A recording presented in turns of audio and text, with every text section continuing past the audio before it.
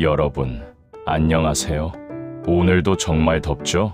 이 영상을 촬영하고 있는 지금 이 순간, 바깥 온도는 36도를 넘어서고 있습니다. 창문을 열면 훅 하고 밀려오는 열기에 숨이 턱 막힐 정도인데요. 저만 그런 게 아니라 요즘 SNS를 보다 보면 전 세계가 온통 더위 이야기뿐입니다. 프랑스 파리는 40도를 넘나드는 살인적인 더위로 도시 전체가 몸살을 앓고 있고 우리나라도 예외는 아닙니다. 얼마 전 경남 양산에서는 우리나라 기상 관측 역사상 처음으로 42도를 넘는 기온이 기록되면서 많은 분들이 충격을 받으셨을 겁니다. 돌이켜보면 2000년대 초반만 해도 한국의 여름 최고 기온은 33도 안팎이었던 걸로 기억합니다. 그런데 지금은 어떻습니까? 40도를 넘는 지역이 속출하고 밤에도 기온이 떨어지지 않는 열대야가 일상이 되어버렸습니다. 이게 과연 우연일까요? 아니면 우리가 만들어낸 지구온난화의 명백한 결과일까요? 오늘 이 영상에서는 세 부분으로 나누어서 2026년 여름, 지금 지구에서 벌어지고 있는 일들을 자세히 살펴보려고 합니다. 특히 경남 양산의 42도 기록을 중심으로 우리나라의 여름이 얼마나 달라졌는지 짚어보겠습니다. 심지어 바다 건너 프랑스 파리로 가서 40도를 넘는 더위 속에서도 에어컨 한 대 마음대로 설치하지 못하는 유럽 특유의 상황을 자세히 설명해 드리겠습니다. 또한 프랑스 주변 유럽 국가들의 상황과 지금 이 순간에도 무서운 속도로 녹아내리고 있는 알프스의 빙하 이야기를 전해드리겠습니다. 기후변화는 더 이상 먼 미래의 이야기가 아닙니다. 지금 우리가 살고 있는 이 순간에 벌어지고 있는 현실입니다. 그럼 시작하겠습니다. 대한민국의 여름 42.5도, 사상 초유의 기록. 지금 이 순간의 더위. 이 대본을 쓰고 있는 지금도 바깥 기온은 36도에 육박합니다. 가만히 서 있기만 해도 등줄기에 땀이 흐르고 잠깐 외출이라도 하면 순식간에 옷이 젖어버립니다. 이런 불볕더위는 우리 생활 곳곳에 영향을 주고 있습니다. 한낮에는 공사장 작업이 중단되고 야외에서 예정되어 있던 스포츠, 행사들이 줄줄이 취소되거나 시간이 조정되고 있습니다. 사람들은 낮 시간에는 되도록 바깥 출입을 삼가고 그늘이나 실내를 찾아다니는 게 하나의 생활 패턴처럼 자리 잡았습니다. 33도의 추억, 그리고 지금의 현실. 혹시 2000년대 초반 여름을 기억하시나요? 그때만 해도 오늘 33도까지 오른대라는 뉴스가 나오면 정말 손에 꼽히는 무더운 날로 여겨졌습니다. 33도만 넘어도 다들 올여름 정말 덥다고 이야기했었죠. 그런데 지금은 어떻습니까? 33도는 이제 평범한 여름날의 온도가 되어버렸고 35도, 36도를 넘는 날씨가 흔해졌습니다. 그리고 마침내 우리는 상상하지 못했던 숫자를 마주하게 됩니다. 바로 42도입니다. 경남 양산, 대한민국 기상 관측 사상 첫 42도 돌파.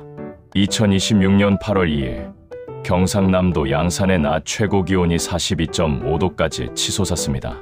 이는 우리나라에서 근대적인 기상 관측이 시작된 이래 처음 있는 일로 122년에 걸친 관측 역사를 새로 쓴 사건이었습니다. 더 놀라운 것은 이 기록이 하루짜리 이벤트가 아니었다는 점입니다. 양산은 7월 29일부터 닷새 연속으로 자체 최고기온 기록을 갈아치웠고 이 기간 동안 낮 최고기온이 계속 40도를 웃돌았습니다. 기상청은 양산이 이렇게 유독 극심한 더위를 겪은 원인을 몇 가지로 분석했습니다. 첫째는 한반도 상공을 뒤덮은 이중 고기압입니다. 대기 중하층에는 북태평양 고기압이, 상층에는 티베트 고기압이 자리 잡으면서 마치 뚜껑을 덮어놓은 듯한 열돔 현상이 만들어졌습니다. 이 열돔 안에 갇힌 뜨거운 공기는 좀처럼 빠져나가지 못하고 계속 쌓이기만 했습니다. 둘째는 지형적인 요인입니다. 양산은 주변이 산으로 둘러싸인 분지 지형인데 이런 지형은 열기가 외부로 빠져나가지 못하고 안에 고이는 성질이 있습니다. 여기에 서쪽에서 산을 넘어오면서 더 건조하고 뜨거워진 바람, 이른바 팬 현상까지 더해졌습니다. 산을 넘으며 습기를 잃고 압축되어 뜨거워진 공기가 양산 지역으로 밀려들면서 기온을 한층 더 끌어올린 것입니다. 여기에 구름 한 점 없는 맑은 날씨로 강한 햇볕이 그대로 내리쬐었고 메마른 땅 역시 열기를 더 빨리, 더 많이 흡수하고 다시 뿜어내는 역할을 했습니다. 기상청은 이 네 가지 요소, 즉 고기압, 분지 지형, 팬 현상, 메마른 땅이 동시에 맞물리면서 양산이 극한의 폭염 지역이 되었다고 설명했습니다. 전국으로 번진 폭염, 그리고 그 여파, 양산이 42도를 넘긴 날, 전국의 폭염특보도 한층 강화되었습니다. 경북 경산과 경주 중북부, 경남 사천, 대구 중부와 달성군 남부의 폭염 중대경보가 새로 발효되었고 기존의 중대경보가 내려져 있던 양산, 김해, 창원, 밀양, 의령, 창녕, 진주, 함안, 합천을 비롯해 부산과 울산, 전남 보성, 여수, 광양 등으로 그 범위가 계속 확대되었습니다. 수도권과 강원, 충청, 호남, 경북 등 전국 곳곳에서도 폭염주의보가 폭염경보로 격상되는 등 그야말로 대한민국 전역이 뜨겁게 달아올랐습니다. 이 시기 양산의 밤 최저기온은 28.3도까지 올라가면서 최장 기간 열대야 기록도 함께 세워졌습니다. 낮에도 밤에도 몸이 쉴 틈이 없었던 셈입니다. 안타깝게도 이런 극한의 더위는 인명피해로도 이어졌습니다. 경북에서는 산행 중이던 50대가 쓰러졌고 충북에서는 차 안에서 쉬고 있던 50대가 사망하는 등 온열질환으로 인한 사고가 잇따랐습니다. 경남 지역의 온열질환자 수는 서울을 넘어설 정도로 늘어났고 정부는 결국 폭염중앙재난안전대책본부를 2단계로 격상하며 총력 대응에 나섰습니다. 우리 일상은 이렇게 바뀌고 있습니다. 이런 극한 더위는 단순히 오늘 덥다로 끝나지 않습니다. 건설 현장에서는 한낮 작업이 전면 중단되거나 새벽과 야간으로 작업 시간이 조정되고 야외에서 열리는 각종 스포츠 행사와 지역 축제들도 취소되거나 일정이 변경되는 일이 반복되고 있습니다. 도로에는 열기를 식히기 위한 살수차가 쉴 새 없이 물을 뿌리고 학교와 관공서는 폭염 대응 매뉴얼을 가동합니다. 무엇보다 걱정스러운 건 이런 극한 기후가 일시적인 이상 현상이 아니라 해마다 반복되고 심지어 점점 더 심해지고 있다는 점입니다. 33도가 놀랍던 시절에서 42도가 현실이 된 시절로 불과 20여 년 사이에 우리는 정말 많은 것이 달라진 여름을 살고 있습니다. 그렇다면 우리보다 먼저 그리고 더 극심하게 이런 변화를 겪고 있는 유럽은 지금 어떤 모습일까요? 40도를 넘어 44도까지 파리의 여름. 2026년 프랑스는 한 해 동안 벌써 여러 차례의 대형 폭염을 겪었습니다. 첫 번째 폭염은 5월 21일부터 30일까지 이어졌고 두 번째이자 더 심각한 폭염은 6월 17일부터 6월 30일까지 약 2주간 계속되었습니다. 이 시기 프랑스 중부의 한 지역에서는 기온이 45.2도까지 치솟으며 유럽 전역의 이목을 집중시켰고 파리 시내에서도 6월 22일 최고 기온이 44도까지 기록되었습니다. 이 폭염의 영향은 실로 광범위했습니다. 그리스, 스페인, 포르투갈, 아일랜드를 포함한 유럽 26개국에 폭염 경보가 내려졌고 프랑스에서는 적색 폭염 경보의 영향을 받는 인구가 2,600만 명에 달할 것으로 집계되었습니다. 파리와 지방을 연결하는 열차 노선을 포함해 71편의 열차 운행이 중단되었고 상징적인 관광 명소인 에펠탑조차 운영 시간을 단축해 오후 4시에 조기 폐장하는 일까지 벌어졌습니다. 더 안타까운 소식도 있었습니다. 프랑스 국가보건청은 이전 달 대비 1,000명의 추가 사망자가 기록되었다고 발표했고 이 수치는 더 늘어날 것으로 예상된다고 밝혔습니다. 폭염이 절정에 달했을 때 구급 서비스는 12만 건이 넘는 호출에 대응해야 했으며 특히 65세 이상 고령층과 홀로 지내는 은둔자들의 사망률 상승폭이 가장 컸습니다. 불과 얼마 전까지만 해도 25에서 30도였던 유럽. 여러분이 알고 계신 유럽의 여름은 어떤 모습이었나요? 흔히 유럽 여행을 떠올리면 햇살은 강하지만 습하지 않고 저녁이 되면 선선해지는 쾌적한 날씨를 상상하시는 분들이 많을 겁니다. 실제로 얼마 전까지만 해도 유럽의 여름철 평균 기온은 25도에서 30도 정도로 한낮에만 조금 덥고 아침 저녁으로는 얇은 재킷이 필요할 정도로 서늘했습니다. 유럽의 오래된 건물들이 대부분 두꺼운 석조 벽에 작은 창문 구조로 지어진 것도 바로 이런 기후, 즉 추운 겨울을 잘 버티는 것이 훨씬 더 중요했던 기후적 배경 때문입니다. 하지만 2026년 현재 이 공식은 완전히 깨졌습니다.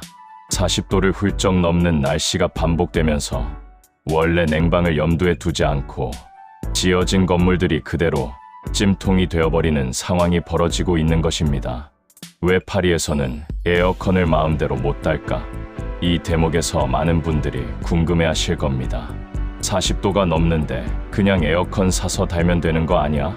그런데 파리를 비롯한 프랑스의 상황은 우리 생각처럼 간단하지 않습니다. 가장 큰 이유는 파리 시내 대부분의 건물이 역사적 경관 보호 구역에 속해 있다는 점입니다. 오스만 양식으로 대표되는 파리의 오래된 아파트와 건물들은 도시 전체의 미관과 역사적 가치를 보존하기 위한 규제를 받고 있습니다. 이 때문에 건물 외벽에 에어컨 실외기를 설치하려면 반드시 관할 시청의 사전 허가를 받아야 합니다. 이 과정에서 실외기의 색상, 크기, 설치 위치까지 세세하게 검토를 받아야 하고 승인이 나기까지 보통 몇 달이 걸립니다. 문화재 주변이나 보호구역에 해당하는 건물은 허가 자체가 거부되는 경우도 드물지 않습니다. 둘째로, 파리의 많은 건물은 여러 세대가 함께 사는 공동주택, 즉 아파트 형태입니다. 이런 건물에서 에어컨 실외기를 설치하려면 건물관리조합, 즉 입주민 총회에서 다수의 동의를 얻어야 합니다. 문제는 단 한 명이라도 강하게 반대하면 설치 계획 자체가 무산될 수 있다는 점입니다. 공공주택의 경우도 마찬가지로 공동주택법에 따라 공용 부분을 변경하려면 입주민 총회의 승인이 필요한데 파리는 다른 지자체보다 이 절차가 더 복잡하고 오래 걸리는 것으로 알려져 있습니다. 셋째로, 급증하는 수요에 비해 에어컨 공급 자체가 부족한 상황도 한몫하고 있습니다. 갑작스럽게 폭염이 반복되면서 에어컨을 구매하려는 사람들이 몰리다 보니 제품과 설치, 기사 모두 공급이 수요를 따라가지 못하고 있는 것입니다. 그래서 실외기 설치가 필요 없는 이동식 에어컨을 찾는 사람들이 부쩍 늘어나는 추세이기도 합니다. 흥미로운 점은 이런 사정이 일반 시민들만의 문제가 아니라는 사실입니다. 실제로 프랑스의 한 장관실조차 수백 년 된 건물에 입주해 있다는 이유로 에어컨을 설치하지 못했다는 이야기가 전해지기도 했습니다. 건물의 외벽을 훼손할 수 없고 도시 미관을 보호하는 규정 때문에 실외기 설치가 쉽지 않다는 것은 장관이라 해도 예외가 아니었던 셈입니다. 에어컨이 오히려 도시를 더 덥게 만든다. 여기에 더해 파리시 도시계획국은 에어컨 보급이 오히려 도시 열섬 현상을 악화시킬 수 있다는 점도 우려하고 있습니다. 에어컨 실외기는 시원한 공기를 새로 만들어내는 장치가 아니라 실내의 열을 실외로 뽑아내 옮기는 장치입니다. 수만 대의 에어컨이 한꺼번에 가동되면 그만큼의 열기가 고스란히 도시 바깥 공기 중으로 뿜어져 나오고 이는 도시 전체의 기온을 다시 끌어올리는 악순환으로 이어질 수 있다는 것입니다. 국제에너지기구 역시 전 세계적으로 에어컨 수요가 폭발적으로 늘고 있으며 더 효율적인 냉방 해법이 마련되지 않으면 에어컨 자체가 향후 수십 년 안에 전력 소비의 가장 큰 원인 중 하나가 될 수 있다고 경고한 바 있습니다. 잠들 수 없는 밤 열대야에 시달리는 파리 시민들. 그렇다면 에어컨 없이 파리 시민들은 이 무더위를 어떻게 견디고 있을까요? 낮 동안에는 냉방이 잘 되어 있는 백화점이나 대형마트, 쇼핑몰로 피신의 시간을 보내는 사람들이 크게 늘었습니다. 시원한 실내에서 쇼핑을 하거나 그냥 앉아서 더위를 식히는 것만으로도 하루를 버티는 하나의 방법이 된 것입니다. 파리시는 무료로 이용할 수 있는 공공 샤워장 정보를 안내하고 그늘지고 냉방이 되는 장소를 찾아다니라는 폭염 대응 요령을 지속적으로 홍보하고 있습니다. 하지만 문제는 저녁입니다. 낮 동안 뜨거워진 아스팔트와 건물이 열기를 그대로 머금고 있다가 밤이 되어도 좀처럼 식지 않는 도시 열섬 현상 때문에 기온이 30도 아래로 잘 내려가지 않는 열대야가 이어지고 있습니다. 에어컨 없는 집으로 돌아온 시민들은 찜통 같은 실내에서 잠을 이루지 못한 채 뜬 눈으로 밤을 지새우는 경우가 많다고 합니다.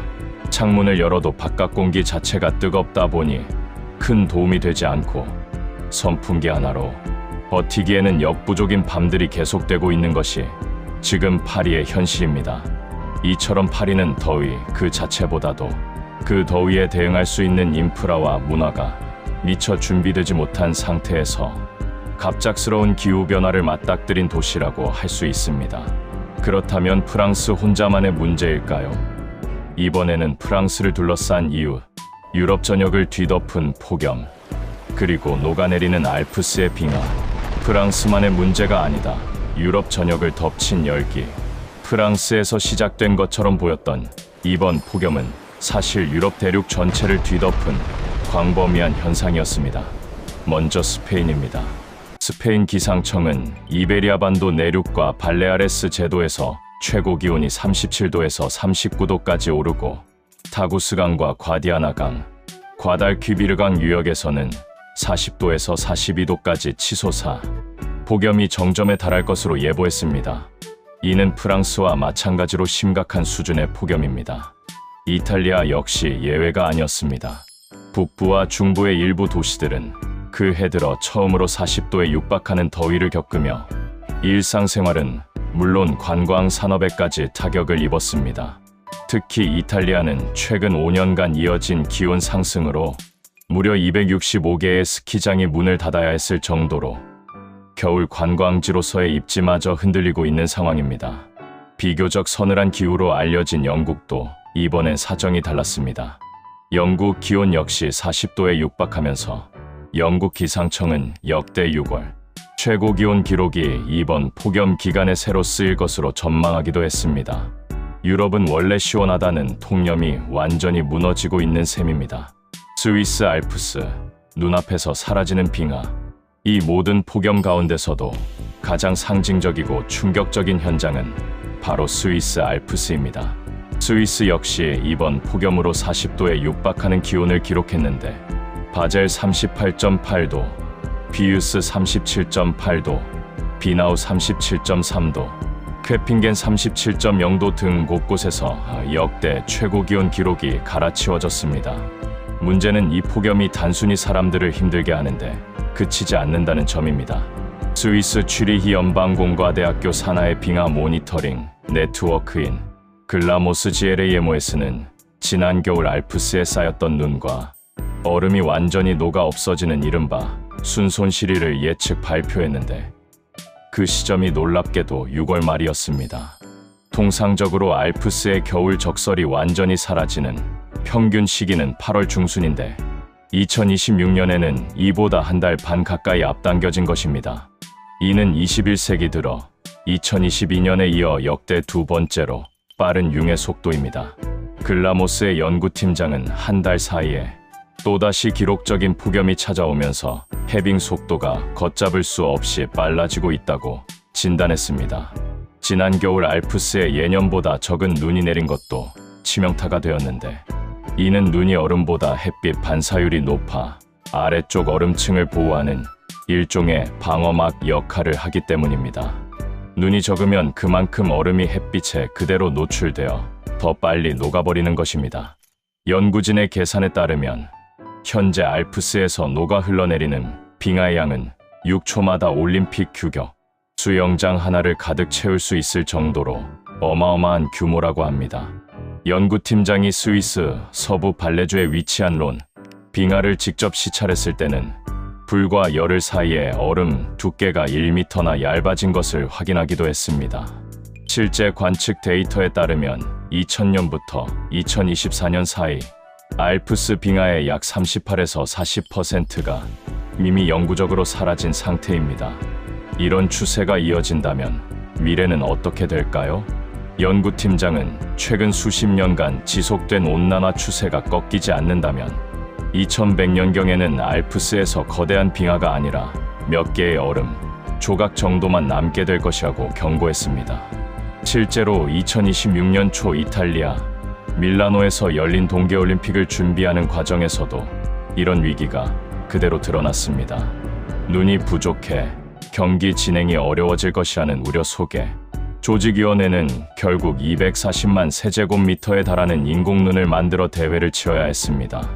눈으로 덮인 알프스의 아름다운 풍경 뒤편에는 사실 기후변화로 인해 자연설이 사라져가는 씁쓸한 현실이 숨어 있었던 셈입니다. 전 세계로 확산되는 빙하 소실. 이런 현상은 알프스만의 문제가 아닙니다. 국제학술지에 발표된 한 연구에 따르면 2000년 이후 전 세계에서 약 7조 톤에 달하는 빙하가 녹아내렸고 이로 인해 전 세계의 수면은 약 2cm 상승한 것으로 나타났습니다.